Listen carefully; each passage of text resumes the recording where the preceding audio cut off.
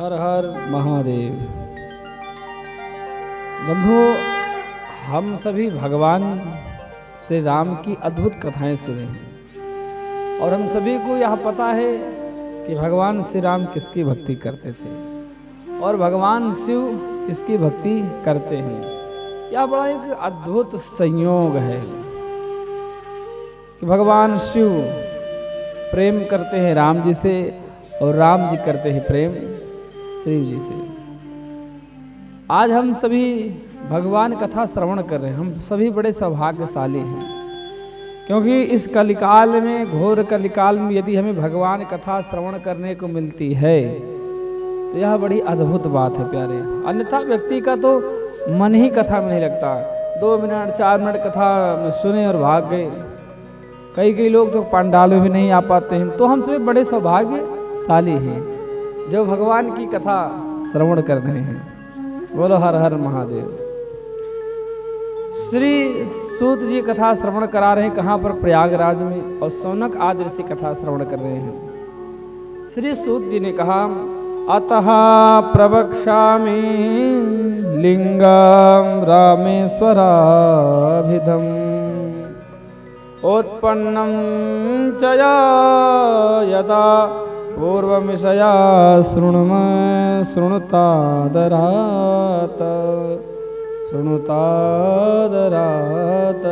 हे ऋषियों, आदर पूर्वक सुनिए। पूर्व में जो रामेश्वर ज्योतिर्लिंग है उसकी स्थापना कैसे? देखो प्यारे, कथा सदैव आदर पूर्वक सुननी चाहिए। आप भले ही कितने ज्ञानी क्यों न हो, आपको कथा पता है, आप सब जानते हैं, लेकिन जब भगवान कथा सुनने बैठे तो अभिज्ञ हो जाए, अर्थात हमें कुछ नहीं आता है। क्यों? अरे प्यारे, भगवान कथा तो भाव वाले ही को ही मिलती है, बाकी सब तो आते रहते हैं, जाते रहते हैं। कथा श्रवण करने का जो फल है वो सरलता से है। इसलिए सूत जी कहते हैं, ऋषियों आदर पूर्वक सुनो। क्या? कि रामेश्वर ज्योतिर्लिंग की स्थापना कैसे हुई। बोलो हर हर महादेव। श्री सूत जी ने कहा कि पुरा विष्णु पृथिव्याम चावतारा शताम प्रयाम। पूर्व समय की बात है कि भगवान विष्णु श्री राम जी का अवतार लेकर धरती पर अवतरित हुए हैं। और जो राम जी हैं दशरथ के पुत्र हैं, दशरथ के पुत्र हैं और अयोध्या नगरी में इनका अवतार हुआ है। बोलो हर हर महादेव। अयोध्या नगरी बड़ी अद्भुत है और जो यह अयोध्या नगरी, इसकी महिमा का कोई बखान जितना किया जाए उतना ही कम है। धन्य है यह अयोध्या नगरी जहाँ पर श्री राम जी अवतरित हुए हैं। इतव बंदौ अवधपुरी रघुकुल मनिराव। इस अवधपुरी की जितनी वंदना करे उतनी वंदना कम है। प्यारे, जब भी आपको मौका मिले, समय मिले, आप अयोध्या जाइए। अयोध्या धाम बड़ा अद्भुत है। तो वहां पर राम जी का अवतार हुआ है। राम जी अपने पिता की आज्ञा का पालन कर रहे हैं। प्रातः काल उठ के रघुनाथा मात पिता गुरु ना वही माथा। प्रातः काल उठ करके श्री राम जी अपने माता पिता को प्रणाम करते हैं। कहने का भाव कि जो राम जी का जीवन है बड़ा शिष्टाचार से भरपूर्ण है। राम जी का जीवन बड़ा अद्भुत है। वे अपने माता पिता से अत्यधिक प्रेम करते हैं। राम जी का विवाह हुआ। विदेह नगर की जो विदेह नगर की जानकी हैं उनसे विवाह हुआ है। जनकपुर से उनका विवाह हुआ, जिनकी पत्नी का नाम सीता है। उनकी पत्नी बड़ी सुंदरी है, लक्ष्मी स्वरूपा है, लक्ष्मी के अवतार है। राम जी ने धनुष भंग करके उनका वर्णन किया। ये सब आप जानते हैं, कोई नई कथा बताने वाली नहीं है। तो राम जी का जब विवाह हो गया और राम जी अपनी धर्म पत्नी श्री सीता जी को लेकर के अपने नगर आए हैं। और जब से राम जी विवाह करके आए तब से उनके घर में नाना प्रकार के सुख शांति समृद्धि विराजमान हो गई और सभी सुखी हो रहे। तो राजा जो दशरथ जी हैं वे उनके मन में आया क्या, एक दिन की बात है कि राजा दशरथ जी बाल झाड़ रहे थे, अपने संवार रहे थे बाल। तो उन्होंने क्या देखा कि इनके कान के बराबर में बाल सफेद हो गए। तो श्री राजा दशरथ कहते हैं कि अब तो मुझे वृद्धावस्था आने वाली, इसलिए जो अयोध्या का राजपाट है सब राम जी को सौंप दूं, अर्थात राम जी को राजा बना दूं। तो गए हैं अपने गुरु वशिष्ठ के पास और कहते हैं, हे गुरुदेव, मेरी इच्छा है क्या कि राम जी को राजगद्दी प्रदान की जाए। बोलो हर हर महादेव। राम जी को राजगद्दी प्रदान की जाए और अयोध्या की शोभा और बढ़ जाए। गुरु जी ने कहा ठीक है करो। बोले अभी नहीं, फिर बोले कल करेंगे। मुहूर्त निकाला गया, कल का मुहूर्त निकला। और प्यारे ध्यान रखना, शुभ कार्य को करने में कभी भी मुहूर्त के इंतजार में नहीं रहना चाहिए। बोलो हर हर महादेव। क्योंकि हमने देखा जब लोगों को हवन पूजन करा हुआ कर ही लेंगे, और सिनेमा देखने चलना अभी चलो, तो ये क्या विडंबना है। कल किसी ने देखा नहीं है, लेकिन आज राजा दशरथ क्या करें, कल करेंगे। कल का जब मुहूर्त निकाला गया, सबको पता लगा, तो कथा आती है कि राम जी का राज्याभिषेक नहीं हो पाया, अब तो उन्हें वनवास सुनाई दिया गया। कितने वर्ष का, 14 वर्ष का वनवास हो गया राम जी को। राम जी वन को जाने लगे, तो राम जी वन जा रहे थे, उनके साथ सीता जी भी चल पड़ी और श्री लक्ष्मण जी भी चल पड़े। राम लक्ष्मण सीता सब वन को आए हैं और वन में रहने लगे। एक दिन की बात है क्या कि सीता जी का हरण हुआ, और सीता जी का हरण किसने करा, लंकापति रावण ने करा है, जो राक्षस राज है, शिव जी का बड़ा भक्त है। रावण ने सीता जी का जब अपहरण कर लिया। अच्छा, लोग कहते हैं कि रावण ने सीता जी का हरण क्यों किया। भाई, रावण को पता चला क्या कि मुझे मारने वाला या मुझे तारने वाला भगवान का अवतार हो चुका है। यदि मैं अगर उनसे दुश्मनी नहीं करूंगा तो जल्दी मेरे पास आने वाले नहीं हैं। बोलो हर हर महादेव। इसलिए श्री राम जी भी लीला करते, जो असली सीता जी है उन्हें अग्नि में वास देते हैं। राम जी कहते हैं कि हे देवी, जब तक करहूं मैं नर लीला तब तक आप करो अग्नि में वास, जब तक मैं नर लीला करूं तब तक आप अग्नि में वास करो। तो हे देवी, इसलिए उनको जो है अग्नि में निवास दे दिया। किनको, सीता जी अग्नि में चली और सीता जी का प्रतिबिंब खड़ा हो गया। तो जो रावण हर के ले गया सीता जी का प्रतिबिंब है। जब लग करहूं निशाचर नासा तब लग करहूं अग्नि में वासा। रामचरितमानस की चौपाई शिवपुराण में नहीं है, कहीं आप सब महाराज शिवपुराण में पढ़ रहे हैं। बोलो हर हर महादेव। तो जब लग करहूं निशाचर नासा तब लग करहूं अग्नि में वासा। हे सीता जी, जब तक मैं निशाचरों का नाश करता हूं तब तक तुम अग्नि में जाकर के वास करो। और हुआ यही कि राम जब आया है तो असली सीता को ना पा करके मोहन जो सीता जी की प्रतिबिंब थी, जो माया थी, उसे पकड़ कर ले गया। और राम जी लक्ष्मण जी सीता के वियोग में ढूंढ रहे वन वन। हे खग मृग हे मधुकर सेनी, तुम देखी सीता मृग नैनी। हा जानकी कुतो याता कदा चेयम मिलिष्यति। राम जी कह रहे हो, पता नहीं मेरी जानकी कहाँ है, कैसी है, किस हाल में मिलेगी भी कि नहीं मिलेगी। तो आगे चल के उनकी मित्रता हुई सुग्रीव से। सुग्रीव जो है वानरों के राजा हैं, अधिपति हैं, तो सुग्रीव से मित्रता हुई है। और राम जी ने बाली का वध किया, और बाली का वध करके सुग्रीव की जिस सेना है वो सीता माता को ढूंढने निकल पड़ी। 10 दिशाओं में पद्म 18 जूथ बंदर, 18 पद्म बंदर। कितने? 18 पद्म। सोचो कितने बंदर थे। इकाई, दहाई, सैकड़ा, हजार, 10,000, लाख, 10 लाख, करोड़, 10 करोड़, अरब, 10 अरब, खरब, 10 खरब, नील 10 नील, पदम 10 पदम। इतनी बड़ी इकाई में बंदर थे, अनगिनत थे कहने का भाव। बोलो हर हर महादेव। तो जो अनगिनत बंदर थे ढूंढने 10 दिशाओं में निकले, तो सभी जाके समुद्र किनारे थक हार के बैठ गए। तो अंत में यह उपाय निकला कि हनुमान जी जाएं। तो हनुमान जी लंका गए हैं समुद्र लांग करके, और वहां से माता सीता का पता उन्हें मिला है। सीता का माता का जब पिता मिला तो हनुमान जी ने लंका का विध्वंस किया, लंका जलाई, रावण को डराया धमकाया, और वहां से चूड़ामणि लेकर के आए हैं। किसके पास? राम जी के पास। क्योंकि जब हनुमान जी चलने लगे तो राम जी ने उन्हें मुद्रिका दी थी, क्या जब सीता मिले तो उनसे पहचान होगी तो उन्हें यह मुद्रिका दे देना तो तुम्हें पहचान जाएंगी। ऐसे ही राम जी की पहचान के लिए श्री हनुमान जी सीता माँ से चूड़ामणि लेकर के आए। चूड़ामणि जब लेकर के आए हैं तो राम जी ने जब उस चूड़ामणि को देखा तो बड़े प्रसन्न हो गए और बोले, हे हनुमान, हे हनुमत, हम तुम्हारे उपकारों के कैसे उतरेंगे, हम तुम्हारा यहाँ कर्ज कैसे उतारेंगे। हनुमान जी हाथ जोड़ करके बोले, हे प्रभु, अरे सेवक का भी कोई कर्ज होता है भगवान। हे नाथ, आप दयालु हैं, आप मुझे अपनी भक्ति प्रदान कीजिए और कुछ नहीं चाहिए। और भगवान ने एवं मस्त कह दिया। भगवान श्री राम सुग्रीव इत्यादि कहें सेना सजाई और सेना सजाकर समुद्र किनारे पहुंचे। जैसे श्री राम समुद्र के किनारे पहुंचे उन्हें प्यास लगी। क्या लगी? बोलो, प्यास लगी। बोलो हर हर महादेव। तो उन्होंने बानरों से कहा, जरा मेरे पीने के लिए पानी लेकर आओ। तो बानर लोग दूर दूर जा करके 10 दिशाओं में जा करके पानी लेकर के आए। तो राम जी जैसे पानी पीने चले वैसे उनको याद आया, अरे मैंने तो अपने स्वामी का दर्शन ही नहीं किया, अपने स्वामी का पूजन ही नहीं किया। और राम जी के स्वामी कौन है? शंकर भगवान। बोलो हर हर महादेव। तो मैंने अपने स्वामी का दर्शन नहीं किया, पूजन नहीं किया, अहो अब क्या करूं?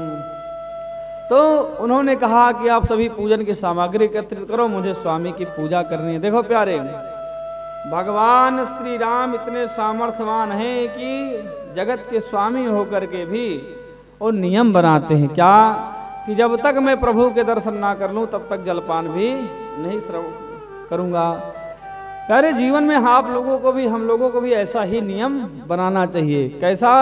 कि जब तक भगवान के मंदिर ना जाएं, जब तक प्रभु के दर्शन ना करें, तब तक हमें भी जलपान इत्यादि नहीं करना चाहिए।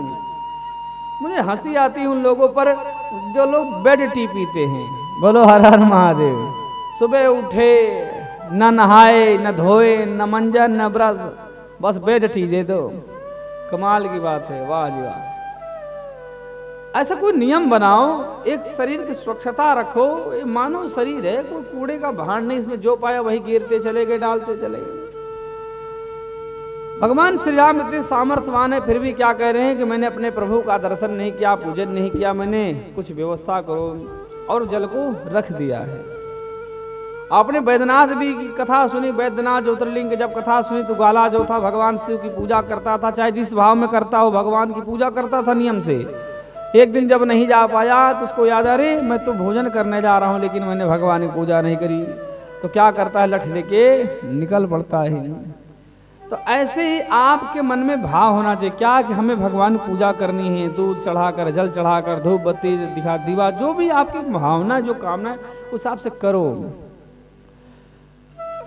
सभी वानरों ने व्यवस्था करी तो राम जी ने वहीं पर पार्थिव शिवलिंग बनाया है, अर्थात मिट्टी का शिवलिंग, रेत का शिवलिंग जो वहीं था, पार्थिव शिवलिंग बनाया। और 16 उपरांत पूजन किया, अभिषेक किया भगवान भोलेनाथ का। और जब पूजन अभिषेक किया तो महादेव प्रकट हो गए। बोलो शंकर भगवान की जय।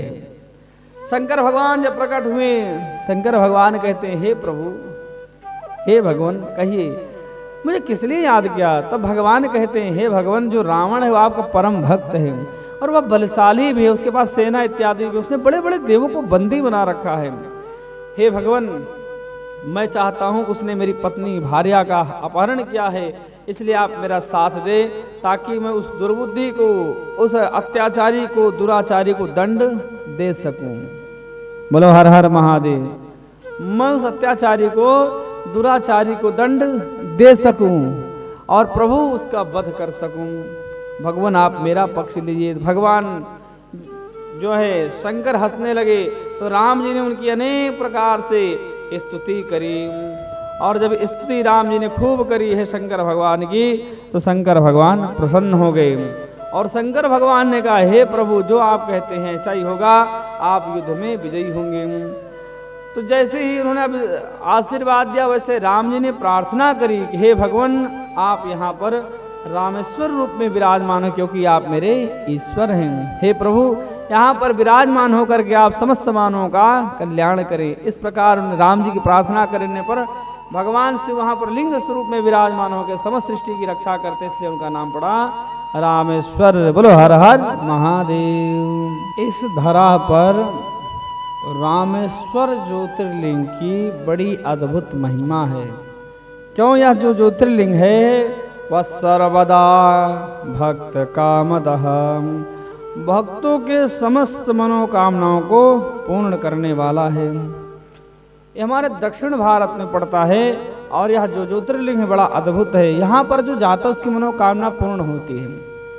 इस ज्योतिर्लिंग के विषय में और इसी विषय में श्री तुलसीदास जी ने बड़ी अद्भुत कथा लिखी है कि जो राम जी का द्रोही होता है वो शिव जी को कभी नहीं पा सकता, और जो शिव जी को द्रोही होता है राम जी कभी नहीं पा सकता।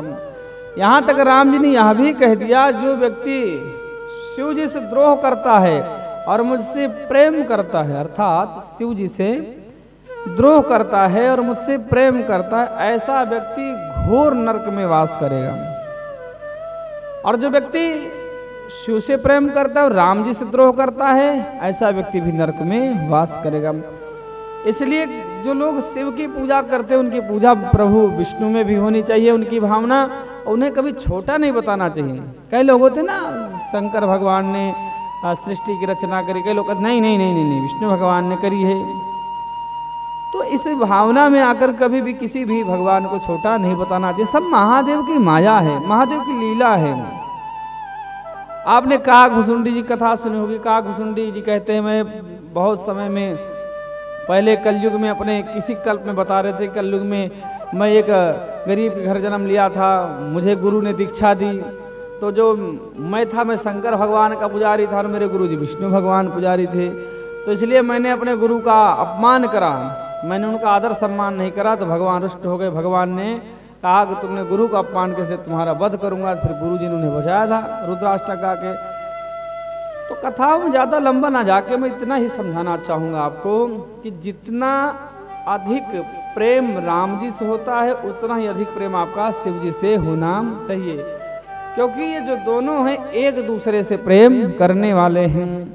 और जो व्यक्ति रामेश्वर गंगा जल ले जाकर चढ़ाते हैं, अगर आप कोई मनोकामना है नहीं पूर्ण हो रही है तो आप गंगा जल भर के ले जाइए और रामेश्वरम में चढ़ा दीजिए, आपकी सारी मनोकामना पूर्ण हो जाएगी। ये मैं नहीं कह रहा हूँ, शंकर भगवान ने कहा है कि जे नर आन गंगा जल यहाँ चढ़ाई है। जो व्यक्ति यहाँ पर गंगा जल ले आकर के चढ़ाएगा वो सब भाव सागर से पार होगी, वो सब भाव सागर से पार जाएंगे। भाव मतलब शिव, सागर मतलब शिव का सागर, जो शिव का सागर है उससे पार जाएंगे। श्री सूत जी कहते हैं, एत्युक्तः शिवस्त्रस्त लिंग रूपोद्भवत्तमः रामेश्वरस्य नाम्ना वै प्रसिद्धो जगति तले। भगवान राम जी के कहने पर श्री शिव जी वहाँ पर लिंग स्वरूप में विराजमान हुए। कहाँ? दक्षिण भारत समुद्र के तट पर, जिससे उनका नाम पड़ा रामेश्वर। और जो यह शिवलिंग है पूरे संसार में रामेश्वरम के नाम से विख्यात हुआ। और रामेश्वरम की पूजा करके जब हनुमान जी और राम जी आदि लोगों ने चढ़ाई करी लंका पर, तो जो रावण था उसको मार गिराया और विजयी हुए। तो प्यारे, यदि आपको भी बड़ा दुख हो रहा है, आप भी शत्रु पर विजय नहीं प्राप्त कर रहे थे, इधर उधर मत भटको, मेरे बाबा के शरण में चले जाओ। जो तुम्हारे काम क्रोध मद लोभ आदि शत्रु ये सब नष्ट हो जाएंगे, क्योंकि प्यारे ये सबसे बड़े शत्रु हैं। कोई व्यक्ति आपका शत्रु नहीं है, आपके शत्रु जो है वो आपका काम क्रोध मद लोभ है। इससे किसी तरह बचा जाए। और वो राम जी ने करा, अपने शत्रु को परास्त करने की शिव जी की पूजा करी। यदि आपके शत्रु बहुत परेशान कर रहे हैं तो शिवलिंग पर सरसों का तेल चढ़ाना शुरू कर दो। जिस शत्रु का नाम लेकर आप चढ़ाएंगे भक्ति भाव के साथ, शिवपुराण वर्णित है, उसका फल आपको रिजल्ट आएगा। 7 दिन के अंदर ही आपका शत्रु कहीं ना कहीं घाट पे लग ही जाएगा। बोलो हर हर महादेव। इसलिए व्यक्ति को चाहिए क्या? शत्रु विजय प्राप्ति के लिए काली सरसों चढ़ाना चाहिए। शिवपुराण में वर्णित है, मैं कोई मनगढ़ंत बात नहीं बता रहा हूँ। काली सरसों चढ़ाना चाहिए या सरसों का तेल चढ़ाना चाहिए। इससे क्या होता है? आपका शत्रु पराजय होता है। परंतु ध्यान रहे, एक ही समय चढ़ाना है। जिस समय आप चढ़ाएं नियम से जाकर के भोलेनाथ को चढ़ाएं और प्रार्थना करके हे महादेव मेरा यह कार्य सिद्ध करें, तो भोलेनाथ कृपा से आपका कार्य अवश्य सिद्ध होगा। बड़े से बड़ा शत्रु परास्त हो जाएगा। हमें तो कई लोग मिलते रहते हैं और कहते हैं महाराज हमारा तो अनुभव है। क्या अनुभव है? हमने भगवान शिव को प्रसन्न करने के लिए और अपने कार्य करने के लिए जो यह कार्य किया, मेरा वह कार्य पूर्ण हुआ। आप सुन रहे हैं क्या कि भगवान राम जी लंका पर चढ़ाई करने जा रहे थे। लंका को कैसे पार करते? इतनी बड़ी लंका, उसको कैसे जीतते? तो उन्होंने प्रार्थना करी शिव जी से, भगवान शिव ने कृपा करी और उनका सारा कार्य हो गया। ऐसे यदि आपका कोई काम रुक रहा है तो भगवान शिव का पार्थिव शिवलिंग बनाओ और पार्थेश्वर भगवान का पूजन करो, जिससे आपका कल्याण हो। प्यारे मेरे महादेव सब कुछ देने वाले हैं। कहते हैं शिव को पूजो सब मिलेगा। किसको पूजो? शिव को पूजो सब मिलेगा। इसलिए कहते हैं तत्पुरुषाय विद्महे महादेवाय धीमहि तन्नो रुद्रः प्रचोदयात्, तन्नो रुद्रः प्रचोदयात्। तो मेरे महादेव आपको सब कुछ देंगे, रामेश्वर आपको सब कुछ देंगे। जिनकी भक्ति राम जी ने करी, जिनकी भक्ति कृष्ण ने करी, जिनकी भक्ति रावण ने करी, जिनकी भक्ति कंसाद ने करी, देवों ने, राक्षसों ने, दानवों ने जिनकी भक्ति करी, उनकी भक्ति आप करिए। और कौन है? मेरे महादेव हैं, शिव हैं। वे रामेश्वर जो राम जी के कहने पर विराजमान हुए हैं। इसलिए आप सभी को रामेश्वर जाकर के दर्शन करना चाहिए और अपनी और अपनों की मनोकामना पूर्ण करना चाहिए। बोलो हर हर महादेव।